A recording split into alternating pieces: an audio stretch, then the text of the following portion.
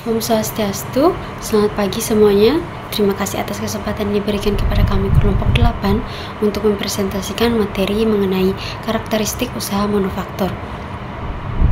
Sebelum kami memulai dengan presentasi pada hari ini, izinkan kami untuk memperkenalkan diri. Perkenalkan, nama saya Nini Cantika Lomang dengan nomor absen 3 dan teman saya. Perkenalkan, nama saya Ninyoman Arista Devi, absen 15. Langsung saja kita mulai dengan materi yang pertama, yaitu mengenai pengertian perusahaan manufaktur. Perusahaan manufaktur adalah perusahaan yang kegiatannya membeli bahan baku, kemudian mengelolanya dengan mengeluarkan biaya-biaya lain menjadi barang jadi yang siap untuk dijual. Adapun beberapa karakteristik yang dimiliki oleh perusahaan manufaktur, di antaranya mengelola bahan baku menjadi produk jadi, konsumen tidak ikut dalam proses produksi, hasil produksi berwujud atau terlihat, dan ketergantungan konsumen untuk mencari produk lain. Dari definisi perusahaan manufaktur tersebut, dapat disimpulkan bahwa dalam perusahaan manufaktur terdapat persediaan bahan baku dan persediaan barang jadi. Pada akhir periode pada perusahaan manufaktur, biasanya terdapat produk yang belum selesai dikerjakan. Produk yang belum selesai dikerjakan dinamakan persediaan barang dalam proses, sehingga pada perusahaan tersebut terdapat 3 unsur persediaan, yaitu bahan baku, persediaan barang dalam proses, dan persediaan barang jadi. Tujuan dari penjualan produsen perusahaan manufaktur adalah untuk menyediakan bahan baku yang akan diolah menjadi produk untuk memenuhi permintaan pasar. Semakin banyak permintaan pasar, maka semakin banyak pula proses produksi yang dilakukan oleh produsen. Lanjut pada materi yang kedua, yaitu mengenai proses kegiatan perusahaan manufaktur. Proses kegiatan perusahaan manufaktur melibatkan serangkaian langkah yang penting dalam mengubah bahan mentah menjadi produk jadi. Beberapa proses utama dalam kegiatan produksi perusahaan manufaktur meliputi: yang pertama, proses molding, melibatkan pencetakan bahan mentah menjadi bentuk yang diinginkan. Kedua, pendekatan lean manufaktur, meningkatkan produktivitas dengan mengurangi waktu tunggu dan memaksimalkan waktu operasional. Yang ketiga, alat bantu, digunakan untuk mendukung proses manufaktur seperti jig dan fixture. Yang keempat, proses produksi, yang merupakan inti kegiatan perusahaan manufaktur, mengubah bahan mentah menjadi produk jadi dalam bentuk padat, cair, atau gas. Materi selanjutnya akan dijelaskan oleh teman saya. Baik, di sini saya akan membawakan materi yang ketiga, yaitu biaya produksi. Biaya produksi merupakan jenis biaya yang perusahaan keluarkan dalam proses pengelolaan yang bertujuan untuk menghasilkan produk akhir.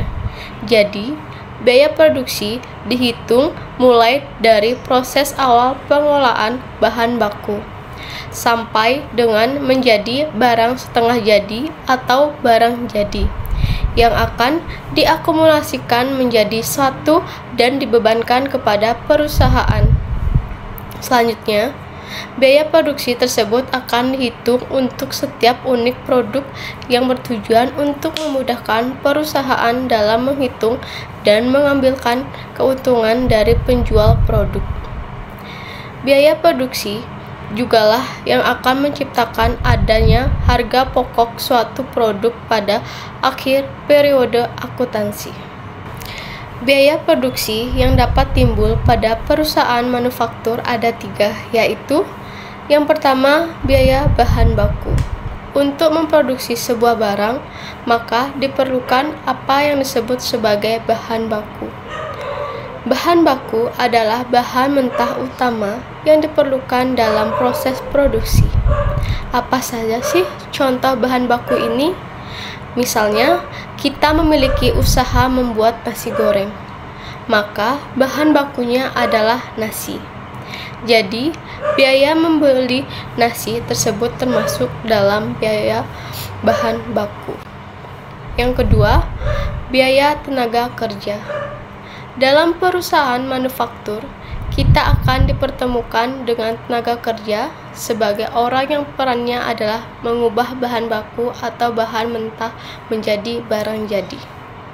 Sebagai contoh, dalam membuat nasi goreng, ada tenaga kerja yang langsung terlibat, yaitu koki atau orang yang memasak nasi gorengnya. Nah, upah yang akan dibayarkan kepada koki ini termasuk ke dalam biaya tenaga kerja langsung. Yang terakhir, biaya overhead. Secara umum, biaya overhead ini adalah biaya yang timbul akibat adanya bahan tambahan atau tenaga kerja tidak langsung yang ikut serta dalam proses produksi. Jadi, biaya yang timbul akibat adanya tambahan tersebut terhitung dalam biaya overhead. Selanjutnya, materi yang terakhir yaitu aliran biaya produksi. Aliran biaya produksi pada perusahaan produksi dimulai dari pencatatan harga pokok bahan yang dibeli, pencatatan bahan yang dimasukkan ke dalam proses produksi, pencatatan biaya tenaga kerja langsung, dan pencatatan biaya lain-lain yang terjadi selama proses produksi dan berakhir pada pencatatan harga produk jadi. Kemudian dilakukan penyerahan kepada bagian gudang produk jadi oleh bagian produksi. Dari uraian di atas, apabila digambarkan secara diagram, akan dampak dialirkan biaya produksi seperti berikut. Yang pertama, laporan biaya produksi. Laporan biaya produksi disebut sebagai laporan harga pokok produksi. Perhitungan laporan biaya produksi ini mengutamakan perhitungan 3 hal, yaitu yang pertama, data produksi, di mana harus dibuat laporan mengenai rincian jumlah produk yang melalui proses pembuatan, jumlah produk yang telah selesai diproduksi, serta keseluruhan jumlah produk yang dihasilkan dari awal sampai akhir dalam satu periode. Yang kedua, biaya yang dibebankan, di mana harus dibuat laporan mengenai rincian harga satuan per produk atau per barang yang di dalamnya telah meliputi biaya bahan baku, biaya tenaga kerja, dan overhead.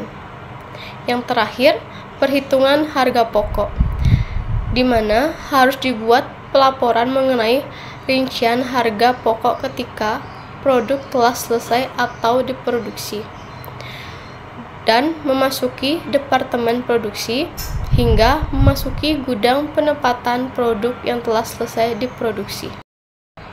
Yang kedua yaitu laporan keuangan. Ada 4 jenis laporan yang utama, yaitu yang pertama, laporan harga pokok produksi. Laporan yang menggambarkan rincian biaya-biaya produksi yang terkandung dalam produk yang terjual selama satu periode. Harga pokok produksi terdiri dari 5 bagian.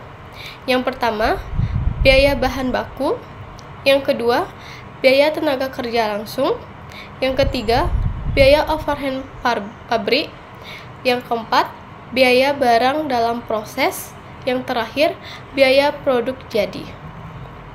Yang kedua, laporan laba rugi, menggambarkan hasil yang diperoleh atau diterima oleh perusahaan selama satu periode tertentu, serta biaya-biaya yang dikeluarkan untuk mendapatkan hasil tersebut.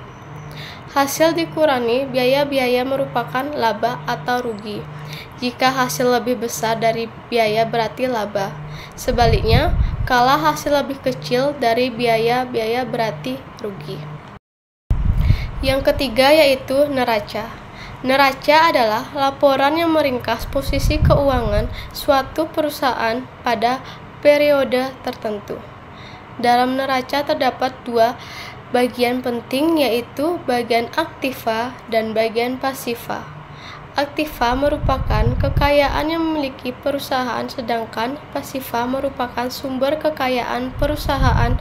Dengan kata lain, aktiva berasal dari pasiva atau pasasiva merupakan sumber aktiva. Aktiva dapat terbentuk aktiva lancar, aktiva tetap, dan aktiva tak terwujud. Sedangkan pasiva terdiri dari hutang perusahaan dan modal perusahaan. Yang keempat, laporan perubahan ekuitas.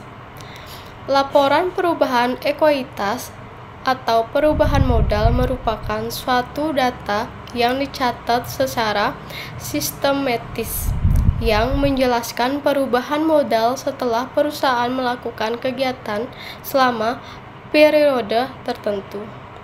Modal akan bertambah jika laba bersih lebih kecil daripada pengambilan PRIF. Laporan perubahan dalam badan usaha yang berbentuk person terbatas disebut laporan laba ditahan. Dari penyampaian materi kami tadi dapat disimpulkan bahwa perusahaan manufaktur adalah perusahaan yang kegiatannya membeli bahan baku, kemudian mengelolanya dengan mengeluarkan biaya-biaya lain menjadi barang jadi yang siap untuk dijual. Kegiatan khusus dalam perusahaan manufaktur adalah mengelola bahan baku menjadi barang jadi. Kegiatan ini disebut proses produksi.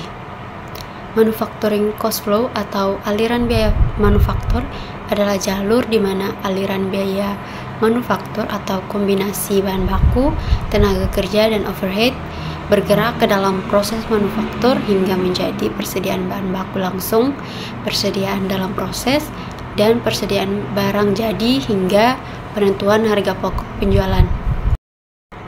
Sekian dari penyampaian materi kami tadi. Apabila ada kesalahan, kami mohon maaf. Dan kami tutup dengan Paramasanti. Om Santi Santi Santi Om.